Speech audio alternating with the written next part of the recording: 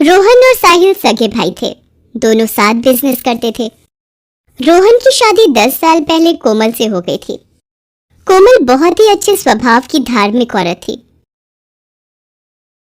कोमल की अपनी कोई औलाद नहीं थी। वो अपने देवर साहिल को बच्चे की तरह प्यार देती थी। साहिल की उम्र भी अब शादी की हो गई थी। उसके लिए कई रिश्ते आ रहे थे। हर दिन 2 या 3 लड़कियों की जन्म कुंडली और फोटो कोमल के पास आते ही थे। उन्हीं फोटो में एक लड़की जिसका नाम दिव्यांका था, साहिल को बहुत पसंद आई। उसने इशारों इशारों में ये बात अपनी भाभी को बता दी। फिर क्या था, जल्द ही दिव्यांका और साहिल की शादी हो गई। दिव्यांका साहिल की पत्नी बनकर अपने नए घर आ गई। शादी के कुछ दिनों बाद की बात है। सुबह का समय था। दिव्यांका और साहिल अपने कमरे में सोए हुए थे। कोमल हर दिन की तरह सुबह सुबह घंटी बजाते हुए भजन गाकर पूजा कर रही थी। ये सुबह सुबह कोमल भाभी शुरू हो जाती हैं। इनके चक्कर में मेरी नींद भी पूरी नहीं हो पाती। अरे अब कितनी देर तक सोओगी? दिन चढ़ आया है। मायके में भी 10 बजे तक सोती थी और उसके पहले किसी की हिम्मत नहीं होती थी मुझे जगाने की। सुनो साहिल, एडजस्ट करने की मेरी आदत नहीं है, इसलिए मुझसे उम्मीद मत करना कि ससुराल में हूँ तो सुबह सुबह उठकर तुम्हारी भाभी की तरह पूजा पाठ शुरू कर दूं और फिर कोलू के बैल की तरह लग जाऊं काम पर। साहिल कुछ दिनों में ही समझ गया कि दिव्यांका का स्वभाव कोमल भाभी से बिल्कुल उलट है। वो बहुत ही आजाद ख्याल है। सप्ताह में एक दिन उसे या तो घर में पार्टी करनी होती थी या वो अपनी सहेलियों के साथ पार्टी में जाया करती।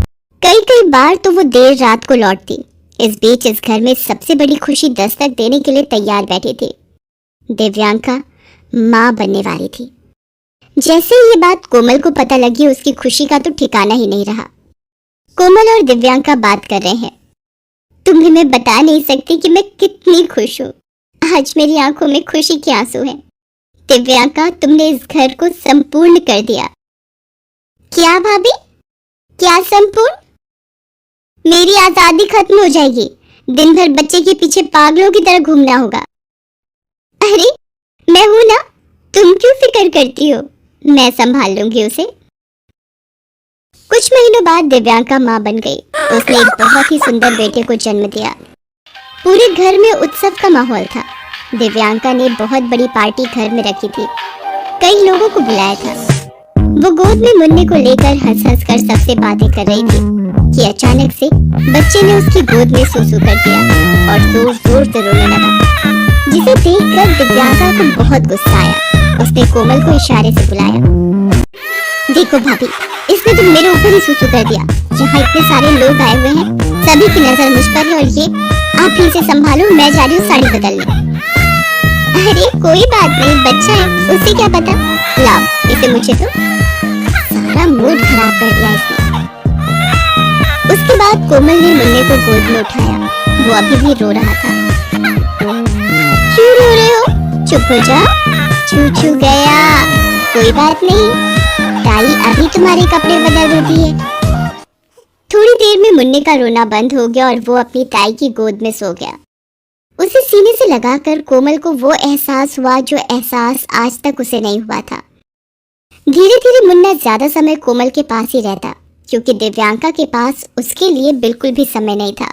वो अपनी पार्टी में बिजी रहती या शॉपिंग में। वो तो मुन्ना को अपना दूध भी पिलाना नहीं चाहती थी। एक दिन वो बहुत रो रहा था। कोमल ने उसे दूध पिलाने को कहा तो इसका भोपू तो कभी बंद ही नहीं होता। पता नहीं इसे मुझसे क्या दुश्मनी है। अरे इसे भूख लगी है, जल्दी से अपना दूध इसे पिला दे।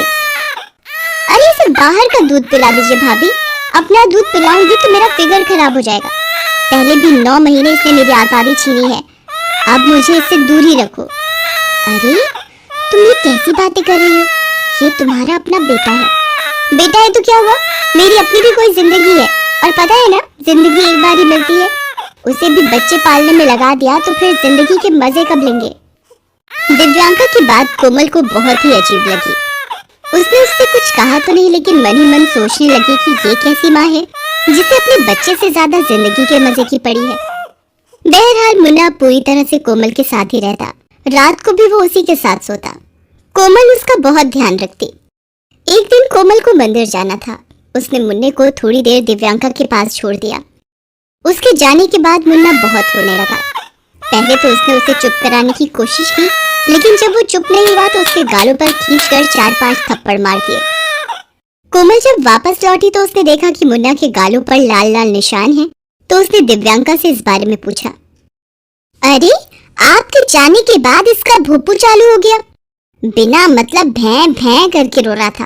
बस फिर क्या, मुझे गुस्सा आ गया और इसे खींचकर थप्पड़ मार दिया। थोड़ी देर रोया फिर सो गया। ये सुनकर पहली बार कोमल को बहुत गुस्सा आ गया। उसने उसे जोर से डांट दिया। तुम कैसी माँ हो दिव्यांका? भला इतने छोटे बच्चे को कोई मारता है क्या? आप अपनी लिमिट में रहिए भाभी। वो मेरा बच्चा है, उसे मारू पीटू या प्यार करूं। आप बीच में बोलने वाली कौन होती हैं? 2 दिन मेरे बच्चे को क्या संभाल लिया, मेरे बेटे पर अपना हक जमाने लगी। दूर रहिए मेरे बेटे से, मैं इसका ध्यान रख सकती हूँ। दिव्यांका की ये बात सुनकर कोमल की आंखों में आंसू आ गए। वो ये सब बातें ना तो अपने पति को बता सकती थी और ना ही देवर को, क्योंकि उसे ऐसा लगता था कि ऐसा करने से घर में बिना मतलब कलेश बढ़ेगा। उधर दिव्यांका ने गुस्से में कोमल को कह तो दिया था कि वो अपने बच्चे का ध्यान रख सकती है, लेकिन मुन्ना उसके पास रहना ही नहीं चाहता था, क्योंकि वो ज्यादा समय तो कोमल के साथ ही रहता था। दिव्यांका उसे गोद में उठाती तो वो जोर जोर से रोने लगता। तब कोमल को ही आकर उसे संभालना होता। उसकी गोद में जाकर वो तुरंत चुप हो जाता। ये सब देखकर दिव्यांका को बहुत गुस्सा आता। ना जाने इस डायन ने मेरे बेटे पर क्या जादू कर दिया है। ये तो मेरे पास रहना ही नहीं चाहता। मुझे कुछ न कुछ तो करना ही होगा, नहीं तो कल को ऐसा ना हो कि मुन्ना इस डायन को ही अपनी मां मानने लगे। इसके बाद दिव्यांका ने एक बहुत ही खतरनाक प्लान बनाया। उसने घर के कूलर में ऐसी छेड़छाड़ कर दी जिससे कि उसमें करंट आने लगा। कोमल ने जैसे ही कूलर को ऑन किया तो उसे बिजली का जोरदार करंट लग गया। जब तक उसके पति और देवर उसकी चीख सुनकर बाहर आते, वो मर चुकी थी। मरने के साथ ही वो चुड़ैल बन गई। किसी को भी दिव्यांका पर शक नहीं हुआ कि ये सारा किया धरा उसी का है। कोमल की मौत के 2 दिन बाद की बात है। वो मुन्नी को सुलाने की कोशिश कर रही थी, लेकिन वो लगातार रोए जा रही थी। चुप चुप हो जा, नहीं तो इतना मारूंगी कि सारा रोना भूल जाएगा। लेकिन मुन्नी का रोना ना रुका। गुस्से में दिव्यांका ने उसे थप्पड़ मारने के लिए जैसे ही हाथ उठाया, उसे लगा कि उसके हाथ को किसी ने जोर से पकड़ लिया है। अरे, ये मेरे हाथ को क्या हो गया? ऐसा लग रहा है किसी ने इसे पकड़ लिया है।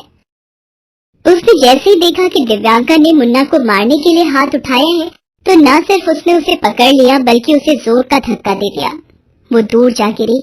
उसके सिर से खून निकलने लगा। अरे हाय रे, ये किसने मुझे धक्का दे दिया? कौन है यहाँ पर? सामने आओ। उसके बाद तो चुड़ैल बनी कोमल दिव्यांका के पीछे ही पड़ गई। जब मुन्ने को भूख लगती और वो रोने लगता, लेकिन दिव्यांका उसे दूध नहीं देती, तो कोमल की आत्मा उसके गालों पर थप्पड़ मारने लगती। अगर वो पार्टी के लिए बाहर जाने की सोचती तो उसके कपड़े या तो फटे हुए मिलते या आयरन से जले हुए। उसे समझ नहीं आ रहा था कि ये सब क्या हो रहा है। एक दिन की बात है। उस दिन छुट्टी थी। साहिल और रोहन घर पर ही थे। तभी उसे दिव्यांका की चीख सुनाई पड़ी।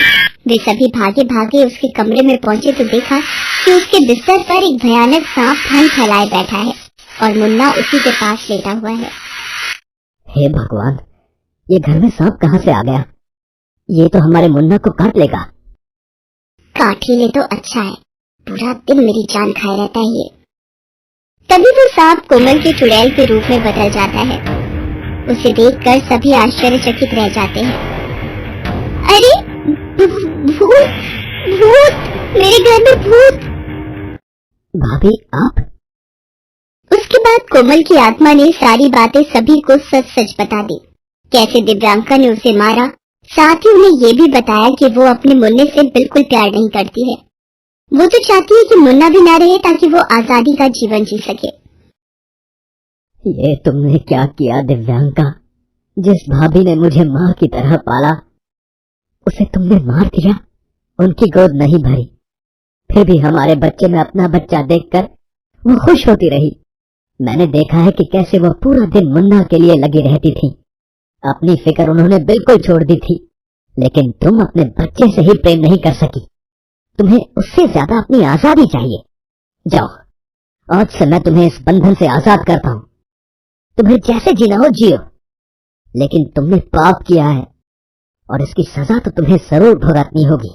देखना, नरक से बदतर जिंदगी होगी तुम्हारी, नरक से भी बदतर। पहली बार दिव्यांका को अपनी भूल का एहसास हो रहा था। उसे अपने मासूम मुन्ना की भी फिक्र हो रही थी। वो साहिल के पैरों में गिरकर माफी मांगने लगी। तब साहिल ने कहा कि माफी मुझसे नहीं, भाभी से मांगो। दिव्यांका ने कोमल के आगे हाथ जोड़कर माफी मांगी। कोमल ने उसे इस शर्त पर माफ कर दिया कि वो मुन्ना को कोई तकलीफ नहीं होने देगी और पूरे परिवार का ख्याल रखेगी। दिव्यांका ने कोमल से ये वादा किया। फिर कोमल की आत्मा वहां से गायब हो गई।